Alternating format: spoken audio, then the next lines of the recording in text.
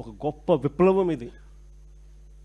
పేదవాడికి ఉచితంగా వైద్యం అందాలి అని అంటే, ప్రైవేట్ ఎక్స్‌ప్లాయిటేషన్ సిస్టంలో నుంచి తీసేయాలి అని అంటే ఖచ్చితంగా మెడికల్ కాలేజీలు ఎంత అవసరమో చెప్పే ఒక గొప్ప అంశం ఇది. మరోవైపున దీంట్లో వచ్చే సీట్లు, ఆ సీట్ల ద్వారా మన పిల్లలకు చాలామందికి ఉచితంగా చదువులు, మెడిసిన్ చదువులు చదువుతారు. మిగిలిన వాళ్ళకు కూడా ప్రైవేట్తో పోలిస్తే తక్కువ రేటుకి సీట్లు అందుబాటులోకి వస్తాయి గవర్నమెంట్ మెడికల్ కాలేజెస్లో. అది రెండవ అడ్వాంటేజ్.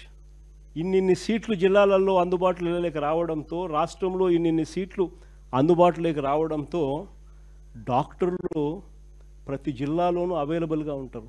ఒక గొప్ప కార్యక్రమానికి చంద్రబాబు నాయుడు అనే వ్యక్తి స్కాముల కోసం అని చెప్పి ఏకంగా మెడికల్ కాలేజీను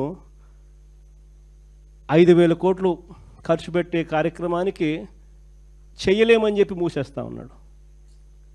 నాకు ఆశ్చర్యం అనిపించింది.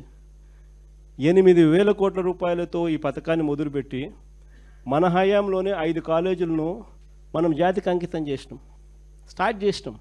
మరో 2 కాలేజీలు పులివెందుల పాడేరు. చంద్రబాబు నాయుడు ప్రభుత్వం రాకమునిపే వాటిలో కూడా కోర్సులు స్టార్ట్ చేసే విధంగా వాటికి కూడా అనుమతులు వచ్చేసినాయి. అంటే దాదాపుగా 17 కాలేజీలలో 7 కాలేజీలు more or less full fledged కాలేజెస్గా తయారైనాయి. ఇంకొక 5,000 కోట్లు ఏముందండి 5 సంవత్సరాలలో? సంవత్సరానికి 1,000 కోట్లు చూస్తూ చూస్తూ ఆడుతూ పాడుతూ పెట్టుకోలేమా? అసలు నిజంగా 5,000 కోట్లు నేను పెట్టలేనని చెప్పి అంటా ఉండే ఈ పెద్ద మనిషి ఆడ అమరావతిలో చేస్తూ ఉండేది ఏంది? ఏం చేస్తూ ఉన్నాడు? ఈయన ప్రాజెక్ట్ రిపోర్ట్ ప్రకారమే 1,00,000 కోట్లు కావాలన్నాడు. ఈయన ప్రాజెక్ట్ రిపోర్ట్ ప్రకారమే మొదటి దఫా 50,000 ఎకరాలను డెవలప్ చేయడానికి ఎకరాకు 2 కోట్ల రూపాయలు అక్కడ ఇన్ఫ్రాస్ట్రక్చర్ కాస్ట్ అవుతుంది అని చెప్పి ప్రొజెక్ట్ చేసినాడు. అంటే ఏంది ఇన్ఫ్రాస్ట్రక్చర్ అంటే? ఏంది? బిల్డింగులు కట్టడానికి కాదు, రోడ్లు వేయడానికి, కరెంట్ వేయడానికి, డ్రైనేజీలు ఇవ్వడానికి. వీళ్ళ ప్రకారమే 50,000 ఎకరాలు గతంలో చేసిన దానికి 1,00,000 కోట్లు అవుతాను, 1,00,000 కోట్లు ఖర్చు అవుతుందనంటే గత ప్రభుత్వం చంద్రబాబు నాయుడు ఉన్నప్పుడు 4,500 కోట్లు ఖర్చు పెట్టారు. మిగిలిన 95,000 కోట్లు ఎక్కడి నుంచి తీసుకొని వచ్చి పెడతారు? మొదటి నుంచి నేను అడుగుతా ఉన్న ప్రశ్న అదే. ఈ 95,000కు ఎక్కడి నుంచి తీసుకొచ్చి పెడతారని చెప్పి ప్రజలు అడుగుతూ ఉన్నప్పుడు ఈ పెద్ద మనిషి ఇంకో 50,000 ఎకరాలు కావాలంటున్నాడు. ఆ 50,000కి అదే పరిస్థితి ఇట్టుంది, ఇంకొక 50,000 కావాలంటున్నాడు. దానికి ఇంకో 1,00,000 కోట్లు. మరి నీకు అమరావతి కోసం 2,00,000 కోట్లు నువ్వు ప్రణాళిక వేసినావు, చేతిలో డబ్బు లేదు కానీ 2,00,000 కోట్ల ప్రణాళిక అంటున్నావు. మెడికల్ కాలేజీలకు, ఇంతమందికి మేలు చేసే మెడికల్ కాలేజీలకు 5,000 కోట్లు పెట్టడానికి నీ దగ్గర డబ్బులు లేవంటావా? నువ్వు అసలు మనిషివేనా చంద్రబాబు అని అడుగుతా ఉన్నా. ఇది పరిస్థితి. విద్య, వైద్యం, వ్యవసాయం, లా అండ్ ఆర్డర్ గురించి నేను చెప్పాల్సిన పనుల ఏ స్థాయిలో ఉందో మీ అందరికీ కూడా తెలుసు. కరప్షన్ గురించి అంతకన్నా మాట్లాడాల్సిన పనుల. కరప్షన్ అనేది లేనిది ఎక్కడో చెప్పాలా. ఏది ముట్టుకున్నా కరప్షనే. మద్యం, ఇసుక, లాటరైటు, బాక్సైటు, క్వాడ్సు, సిలికా, మట్టి, ప్రతి నియోజకవర్గంలో పేకాట క్లబ్బులు,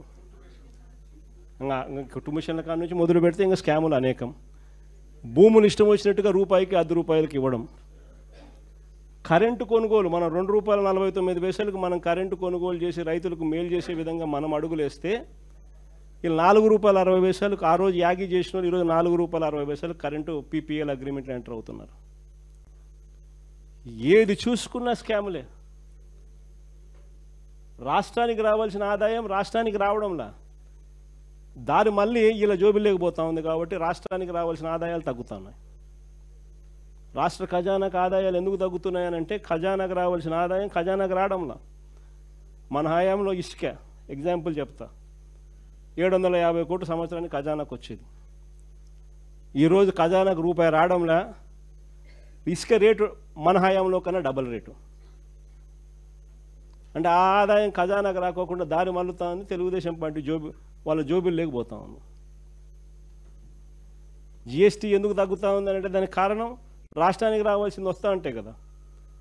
ప్రతి విషయంలోనూ కూడా ఇసుకే అంతే, మట్టి అంతే, క్వార్ట్సు అంతే, సిలికా అంతే, మైన్లలో నుంచి నేరుగా వాళ్ళకి పోతాం, వాళ్ళ జోబీలోకి పోతా ఉంది.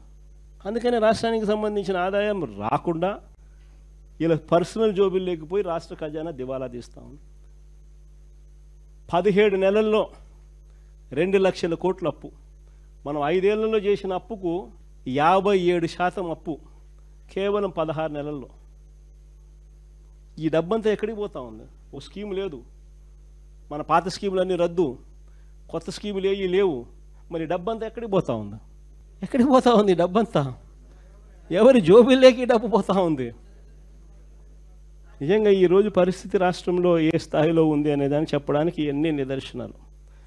నేను అందుకనే చెప్తా ఉన్నా, ఇలాంటి సమయాలలో చంద్రబాబు నాయుడు చేస్తూ ఉన్నది ఏమిటి అని అంటే ప్రతిదీ డైవర్షన్ పాలిటిక్స్.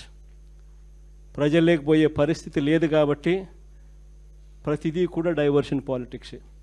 ఒక ఇష్యూ ఏదైనా జరుగుతూ ఉంది అని అంటే చాలు, ఆ ఇష్యూ పెద్దది అవుతుంది అని అంటే చాలు, దాన్ని బ్రేక్ చేయడం, దాంట్లో నుంచి డైవర్ట్ చేసేయడం.